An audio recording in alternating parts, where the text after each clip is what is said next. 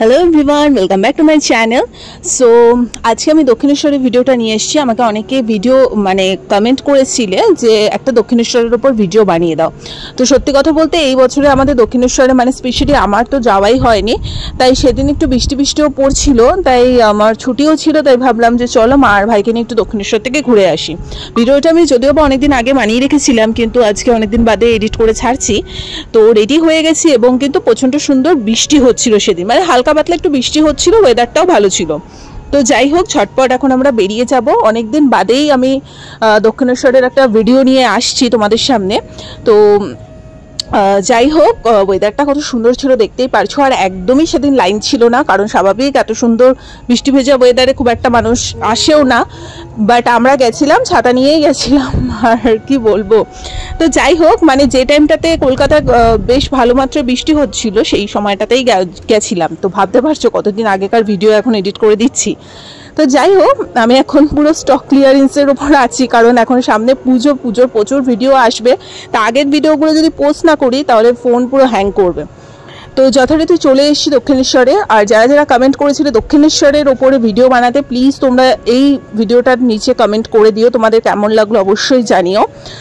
আর সেদিন তো ভবতারিণী মাকে একদম লাল কালারের বেনারসিতে সাজানো হয়েছিল, অপূর্ব মিষ্টি লাগছিল। এবং প্রায় 1 বছর পর আমি আবার গেছি, এত সুন্দর লাগলো কি বলবো। তার থেকে বড় কথা, আমরা গঙ্গাতেও গেছিলাম। অত কিছু আর আমি ভিডিও করিনি, কারণ ওদিন যেহেতু বৃষ্টিও হচ্ছিল, তাই সবটা ওইভাবে ভিডিও করা হয়নি। তো যথারীতি বাইরে আমরা জুতো রেখে দেন ডালা ফালা কিনে আমরা ভেতরে গিয়ে পুজো দিলাম। আর ভেতরে তো ফোন অ্যালাউ না, যারা দক্ষিণেশ্বরে গেছো তারা জানোই তোমরা।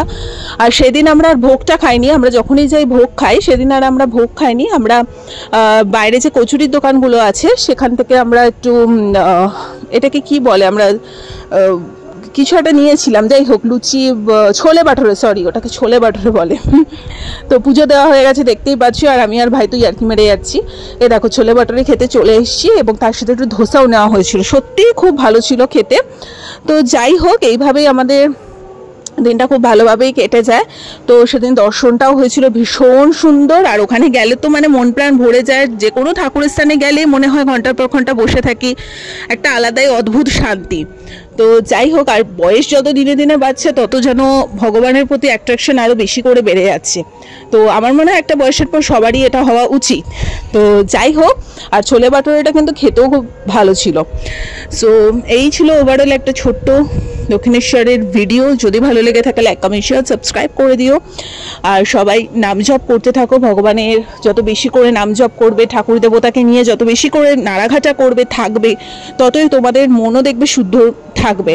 আর আমাকে প্রচুর মোটিভেশন চ্যানেলেও অনেক ভিডিও করেছো, ভিডিও বলছি, বারবার কমেন্ট করেছো বেশ কিছু টপিকের ওপর ভিডিও বানিয়ে দিতে। আমি ডেফিনেটলি সেই টপিকগুলোর ওপর মেনশন করে একটু করে ভিডিও করে দেবো, চিন্তাই করো না। আর এই চ্যানেলটাকেও যেভাবে ভালোবাসা দিচ্ছ, আমার গীতশ্রী আচার্য মোটিভেশন চ্যানেলটাকেও সেমভাবে একটু ভালোবাসা দিও। সেটা কিন্তু ফেসবুকেও আমি অলরেডি একটা প্রোফাইল খুলে ফেলেছি, প্লাস আমার ইউটিউবেও চ্যানেল আছে, একটু সার্চ করে নিও, তাহলেই দেখতে পাবে। তোমরাও যত বেশি ভালোবাসা দেবে, এনকারেজমেন্ট করবে, আমার এগিয়ে যেতেও তত বেশি সুবিধা হবে। এবং আমার খুব ভালো লাগে সোশ্যাল মিডিয়া জিনিসটাই, আমার খুব ভালো লাগে, ভিডিও বানাতে ভালো লাগে, পিকচার ক্লিক করতে ভালো লাগে, তোমাদের সাথে শেয়ার করতে ভালো লাগে। তো চলো, আজকের মতো এখানেই, টাটা।